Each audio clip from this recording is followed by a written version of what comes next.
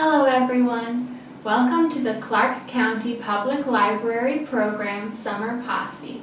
My name is Miss Amanda, and today we are going to read the second half of a book, and I am going to show you a craft that you can make at home. Today we'll continue Hiawatha and the Peacemaker, words by Robbie Robertson, pictures by David Shannon. And today we are reading with permission from Abrams Books for Young Readers.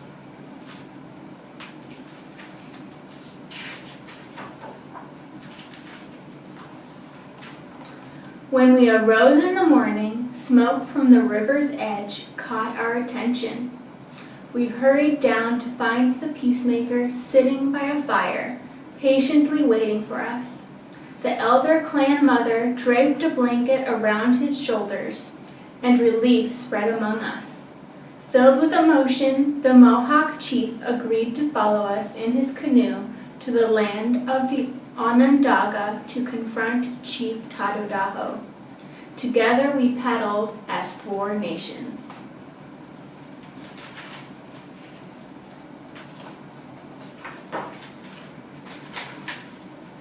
The wicked Tadodaho lived separately from his people. Bands of warriors stood guard day and night.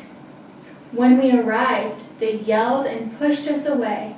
The Peacemaker kept his hands by his side to discourage violence, but the chiefs and I pushed back. A figure appeared in the doorway of the dwelling, hunched over, withered and twisted.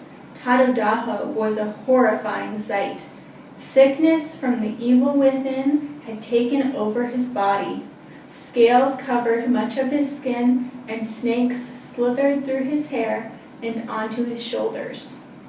No words came from his mouth. Instead, a forked tongue produced a thick hissing sound.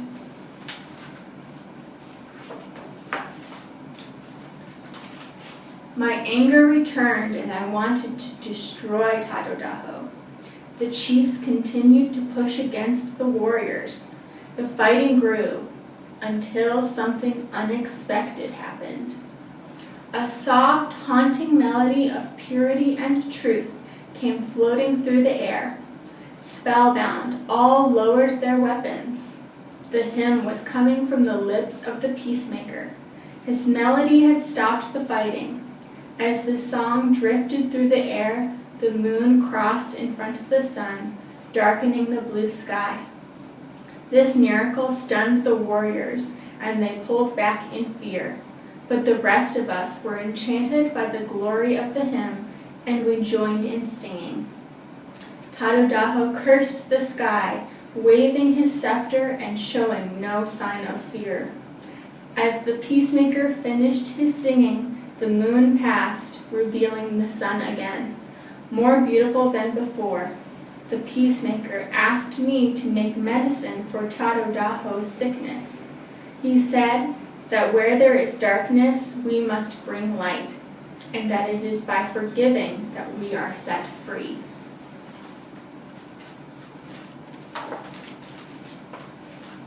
I gathered roots and herbs for the medicine, but how could I help a man who had brought me such misery?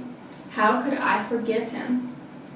Yet I put my heart and soul into the potion, and with this action my anger disappeared. I entered the hut with the medicine paste and fresh water. I explained that every day some of the paste must be mixed with the water and drunk. Tadodaho grabbed the medicine from my hands and drank. His strained breathing eased. The evil look in his eyes softened. He appeared to wonder why a man to whom he brought so much pain would help to heal him.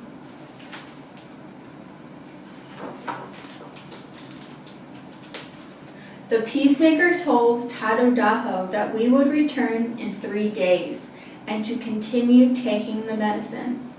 We traveled back to the people of the Cayuga, Mohawk, Seneca, and Oneida and told them of our encounter. On the third day, a mass of people followed us to the land of the Onondaga to see Chief Tadodaho once again. Tadodaho's voice had returned, but he was still hunched over and sickly. The Peacemaker approached him and, with all the tribes watching, placed his hands above his head and chanted. Tadodaho let out a scream, and the snakes slithered from his hair into the grass where they belonged.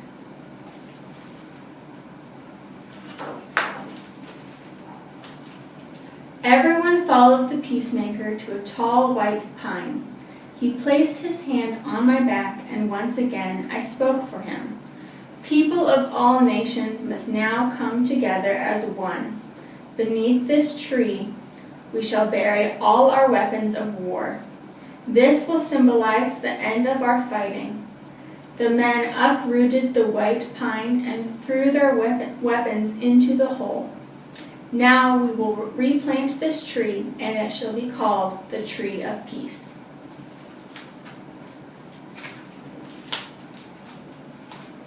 As I looked at Tadodaho, the scales on his skin began to disappear.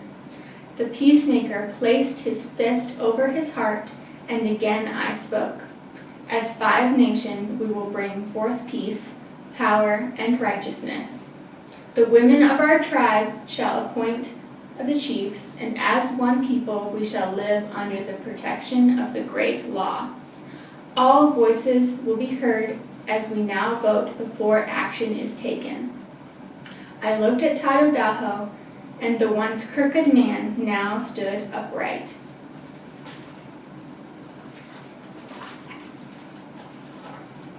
Atop this great white pine shall live an eagle that will look over all 5 nations, and that eagle shall be you, Tadodaho.